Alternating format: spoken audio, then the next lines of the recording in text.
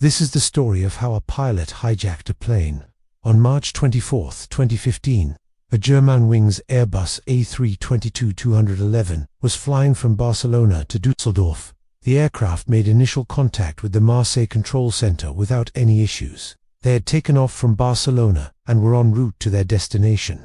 All seemed well until suddenly the aircraft's altitude began to drop.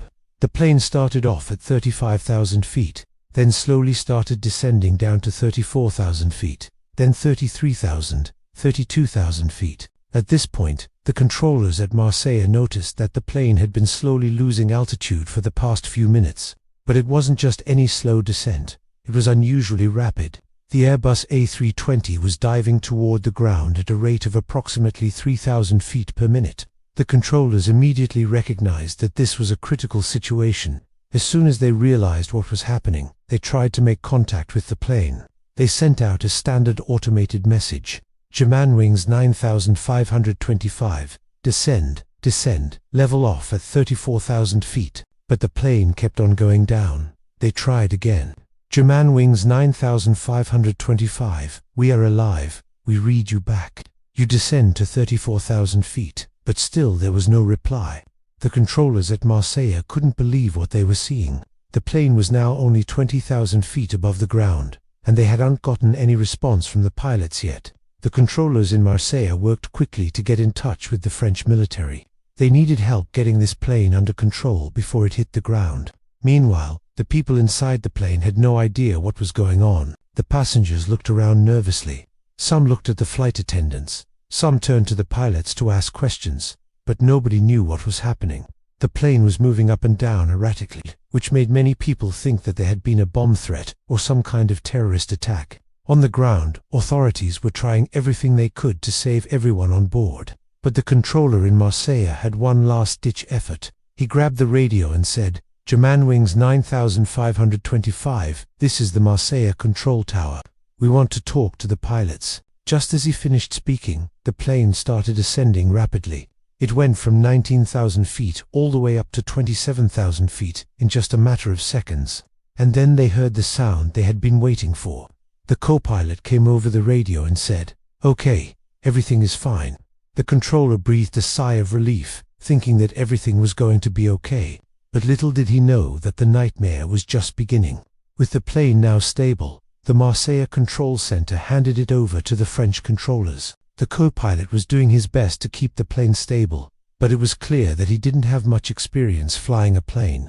Fortunately, there was a Lufthansa flight from Frankfurt to Palma that was close by, and air traffic control asked them to divert to Marseille. The pilot of the Lufthansa flight was surprised by the request, but he didn't hesitate. He knew that whatever was going on with Germanwings 9525, they needed help. When the Lufthansa flight arrived at Marseille, they saw the Airbus A320 on the ground. They landed and quickly taxied to the gate, where they found hundreds of emergency personnel. Soon, the Lufthansa pilots learned why they had been diverted. The Germanwings flight had crashed into a mountainside while trying to land at Marseille. There were no survivors. Everyone was shocked by the news. How could a perfectly normal flight turn into a deadly crash in a matter of seconds? As investigators began piecing together what happened, they uncovered something disturbing. The crash wasn't an accident. It was intentional. Someone on board had caused this disaster. One of the first things investigators looked at was the cockpit access protocol. This is the procedure that airlines use to ensure that the cockpit door can be opened from the inside and outside of the aircraft. In the case of Germanwings Flight 9525, the protocol had been followed. Both pilots were in the cockpit when the plane took off from Barcelona. The co-pilot was the one who had opened the door to allow the pilot to get in. Once they were both in the cockpit, they would stay there for the duration of the flight. There are 3 ways to enter the cockpit. The first way is through the main entrance. This is the door that most people are familiar with. It's located on the left side of the cockpit and can be opened from the inside and outside of the aircraft. The second way is through the escape hatch. This is the small window located on the right side of the cockpit. It can only be opened from the inside of the aircraft and is used in case of an emergency. The third way is through the intercom. This is a feature that allows crew members to talk to each other while staying in their respective compartments. In the case of Germanwings Flight 9525, The co-pilot had used the intercom to communicate with the cabin crew. The cabin crew had noticed that the pilots had not responded to their calls, and they were concerned. One of the cabin crew members used the intercom to ask if everything was okay. When the co-pilot heard the question, he responded, "Everything is fine." The cabin crew member was satisfied with the answer and closed the door. But this is where things took a turn for the worse. After the cabin crew member closed the door, the co-pilot pressed a button that locked the cockpit door. He then turned off the intercom, and the cabin crew was cut off from the cockpit. They tried to call the cockpit back, but there was no answer.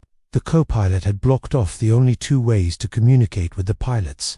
He had cut off communication with the pilots and locked the door to the cockpit. At this point, the cabin crew had no way to contact the pilots, but they could still see them through the windows. They looked into the cockpit and saw that the pilots were slumped over in their seats. They had no idea what had happened, but they knew that they had to do something. There is a protocol for this type of situation. If a crew member sees a pilot slumped over in their seat, they are supposed to use an emergency code to gain access to the cockpit. The code is only known to crew members and is used in case of an emergency. The crew member knocks on the cockpit door 3 times and then says, "Open the door." The co-pilot is supposed to respond with the code, and if he does, the crew member opens the door and goes in to check on the pilot. If the co-pilot doesn't respond, the crew member is supposed to open the door by using a special key card. The cabin crew member tried everything. He knocked on the door and gave the code, but the co-pilot didn't respond. He then tried to use the key card, but it didn't work. The co-pilot had overridden the emergency access to the cockpit. This is a feature that pilots can use if they are under attack. By overriding the emergency access, the co-pilot was able to lock the cockpit door and prevent anyone from entering. The cabin crew was frantic. They could see that the pilots were unresponsive, but they couldn't get into the cockpit. They tried everything, but nothing worked. The only way to get into the cockpit was through the escape hatch, but that meant that they would have to break a window, and if they did that, they would be putting themselves in danger.